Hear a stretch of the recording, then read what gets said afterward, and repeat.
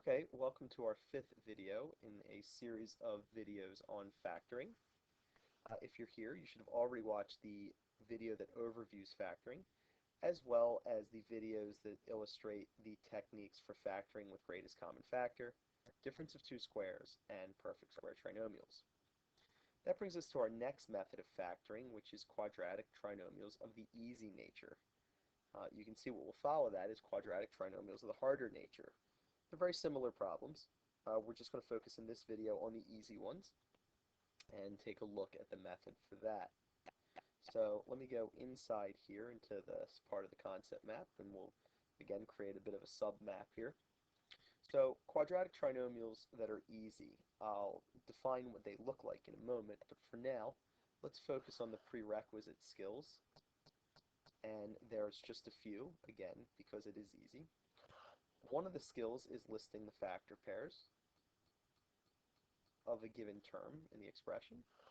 And as always, when we talk about factoring, it's good to be able to talk about FOIL, because FOIL allows us to check our answers that are written in factored form by just FOILing them out and seeing if we get the original expression. I will try to develop some steps here as we continue and put them in this map to close out this this demo on this method of factoring. And let us proceed now to another area where we can look at what it means to be an easy quadratic trinomial. Well, all easy quadratic trinomials are of the form x squared plus bx plus c, where we have three terms, hence it's trinomial. Quadratic means that the exponent is 2. Okay, now you'd expect the exponent to be 4 when you're quad, but this comes from the fact that a quadrilateral is 2 dimensions, and this is then of second degree. Okay, now what makes it easy compared to hard? It has to do with this and only this. Coefficient of the quadratic term is 1, and it's easy. If this were to be a 3 or a 4 or -8, this would constitute a harder quadratic trinomial. Okay? So we have here that they're going to be the form x squared plus bx plus c. Now, the essential question or essential understanding in the algorithm here that we need to comprehend is that we need to determine the factors of c whose sum is b. Okay? So, this is what's at the crux of this method. And we're going to keep that in mind as I go through the examples. Okay? So, let's take a look. I've elaborated the steps on this slide a little bit further, than what I just mentioned in that that essential statement that we will need to work around in doing this method. And let's take a look at them. So the steps here, step 0, which we always look to do, although it's not always required in every problem, it won't appear in every problem, but we should always look for it, and that's factor with GCF if possible. It's greatest common factor. Sometimes we joke around GCF being gotta come first. Then we're going to apply that notion of determining the factors of C whose sum is B by making a factor list of C. And then we're going to write the factored form as a product of two quantities. Okay? So we'll write two binomials and create a product for them. So let's take a look. We're asked to factor x squared plus 26x plus 48. Well, first I look for GCF and realize that we have a 1, a 26, and a 48. So the GCF there is 1. We have an x squared, we have an x, and then we don't have an x, so there's no GCF with regard to x. So there's not really GCF in the problem. So let's get cracking and get to step 1, which is determine the factors of C whose sum is B. So in that case, C is 48 and B is 26. And notice I actually underlined the signs there too, because that's good to work with the signs when we do this. So what are the factors of 48? 1 and 48, They don't add up to 26. 2 and 24, they do add up to 26. So you really don't need the rest of the factors, but what are they? 3 and 16, 4 and 12, 6 and 8. So we did notice here that we could have stopped at 2 and 24 because those factors add up to 26.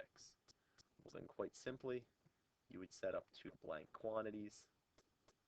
You would then take the factors of x squared, which I hope you readily see are x and x, and then we would take our factors that we wanted here that are plus 2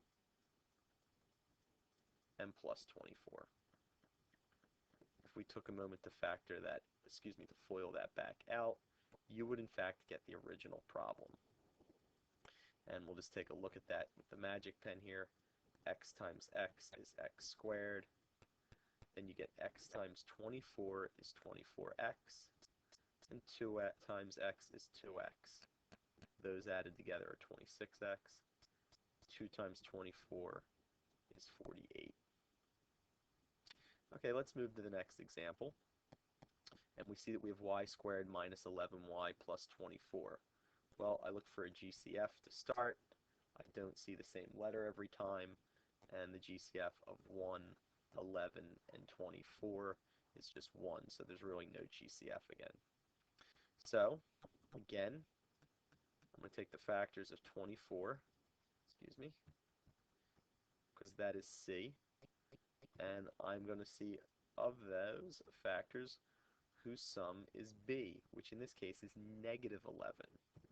So when I make my factor list of 1 and 24, and 2 and 12, and 3 and 8, and 4 and 6, I see that it's not possible for any of them to add up to negative 11 because they're all positive. But then you should realize that if you change the sign of both of them and make them both negative, the product will still be positive 24, but it gives the opportunity to get a negative sum. So from there, I hope you see that we're getting a winner with negative 3 and negative 8. So I just set up my two quantities that look like a FOIL type of problem. I take the factors of y squared. They are both y and y. And then I insert my two factors here of negative 3 and negative 8. If you want to take a second and pause the video and FOIL that out, you'll see that you'll get the original expression back when you FOIL it out. Okay, so where's that leave us next? A couple more examples. Okay, I'm giving a few examples here because it's a little tricky when the signs change around. There's just some subtlety with these problems in terms of the signs. Okay, so I look at b squared minus 8b minus 33, and I think, is there a GCF? Well, quickly you should see that there's not, because there's not a b in each term, and the GCF of 1, negative 8, negative 33 would just be 1, so there's not really GCF of any interest. So I then will make a factor list for the factors of negative 33, which is C, and hope to get them to add to negative 8, which is B. Now, you need to realize that for me to get a product that becomes negative, that I'm going to need one of my numbers to be negative. So the question is, which number should I make negative? Well, if I'm adding these two numbers together and getting a negative in the middle, the only way to do that is for the bigger number to be negative. My bigger factors go down the right column. So I'm going to make all the ones in the right column negative. It's the only way I can get a negative sum. So I'm going to do 1 and negative 33. And then I'm going to do 3 and negative 11. And then I see that, in fact, it is 3 and negative 11, whose sum is negative 8. So I set up my two factors.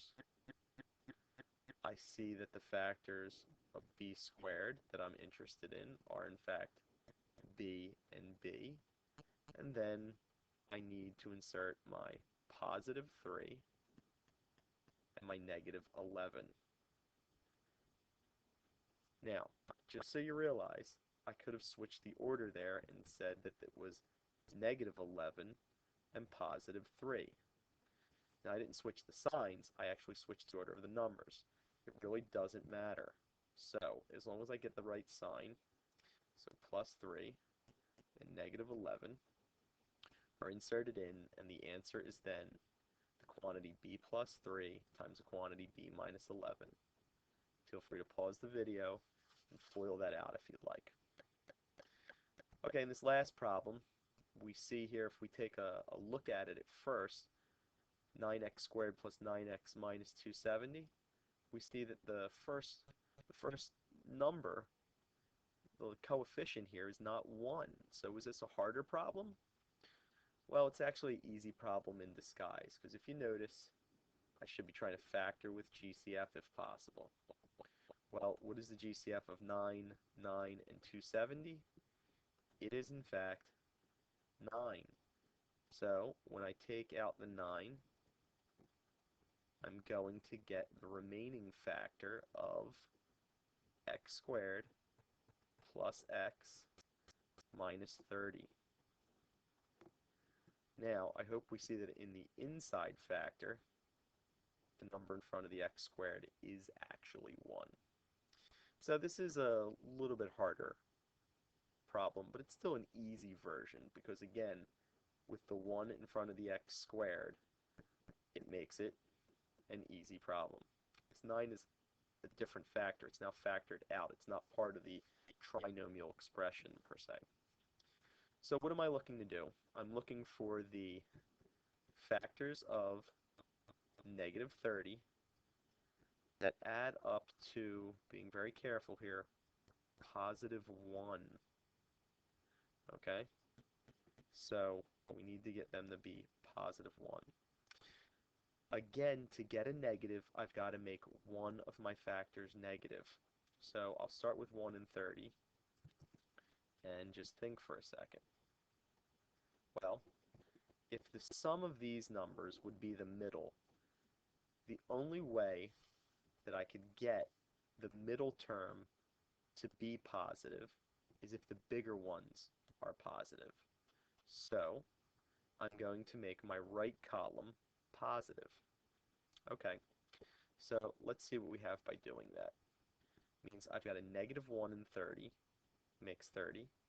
Negative 2 and 15 has a product of 30.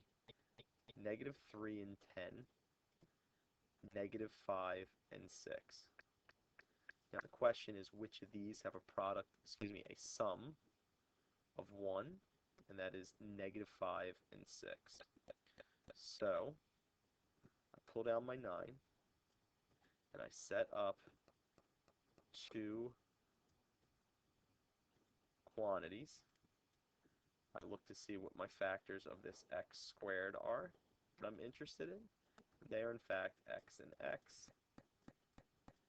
And then I need to insert these factors that I found of negative 5 and positive 6. Multiplying that all out using distribution and FOIL, I would get the original problem. Now, that being said, let's take a look and review a little bit about these things with the signs. Okay, they take a little practice, but you'll get the hang of it.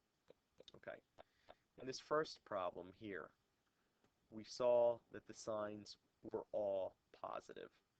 Well, then when I factored it, it makes sense that the signs are all positive. That's not a shock. Okay?